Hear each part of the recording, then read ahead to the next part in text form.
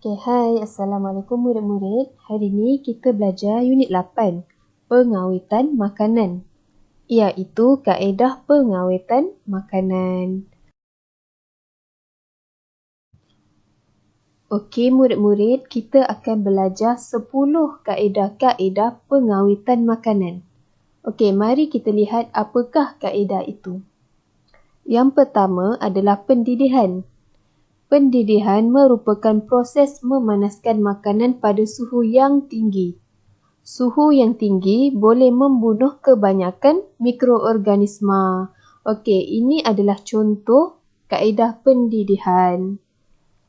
Yang kedua adalah penjerukan. Penjerukan merupakan proses merendam makanan di dalam larutan gula dan garam.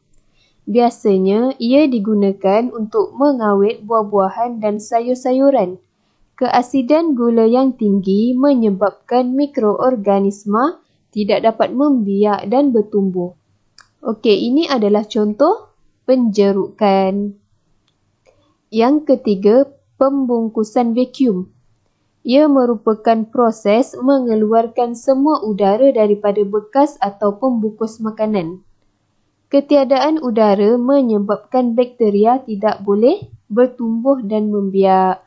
Okey, sebab kita semua tahu bahawa mikroorganisma memerlukan udara untuk membiak dan bertumbuh. Jadi, apabila dikeluarkan semua udara, maka mikroorganisma tidak akan dapat membiak dan bertumbuh.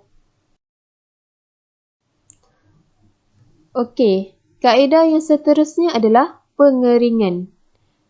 Pengeringan adalah kaedah mengeluarkan atau menyingkirkan air daripada makanan.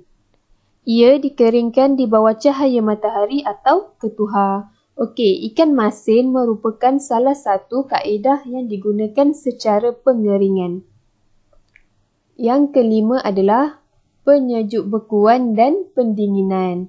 Okey, apa maksud penyejuk bekuan?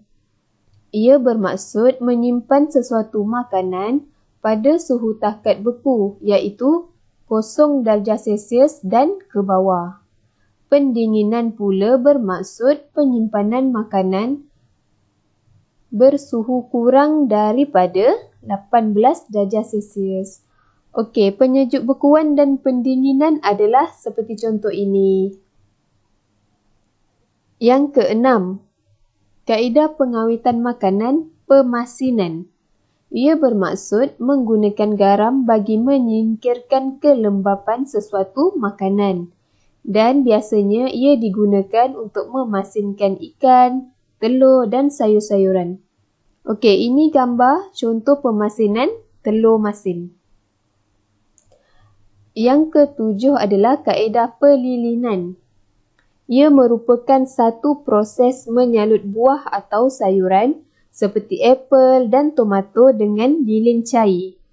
Ia dapat mencegah pertumbuhan mikroorganisma dan mengekalkan kesegaran buah. Kamu tengok buah ni. Berkilat, cantik kerana dia menggunakan kaedah pelilinan. Okey. Okey, kita tengok kepada proses yang ke-8. Iaitu pengetinan dan pembotolan. Ia merupakan proses mendidihkan makanan untuk membunuh mikroorganisma. Kemudian, makanan disejukkan dan dimasukkan ke dalam bekas kedap udara. Okey, ini adalah contoh-contohnya. Contoh lain kamu boleh tengok pada tin makanan seperti sardin dan sebagainya. Yang ke-9 adalah pempesturan. Merupakan proses pemanasan makanan sehingga suhu tertentu untuk beberapa ketika dan diikuti dengan pendinginan segera. Okey, biasanya kita boleh lihat dekat sini proses untuk menghasilkan susu.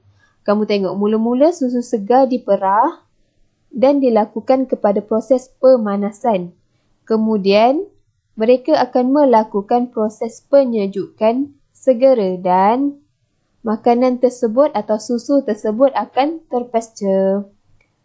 Dan yang terakhir adalah penyalaian.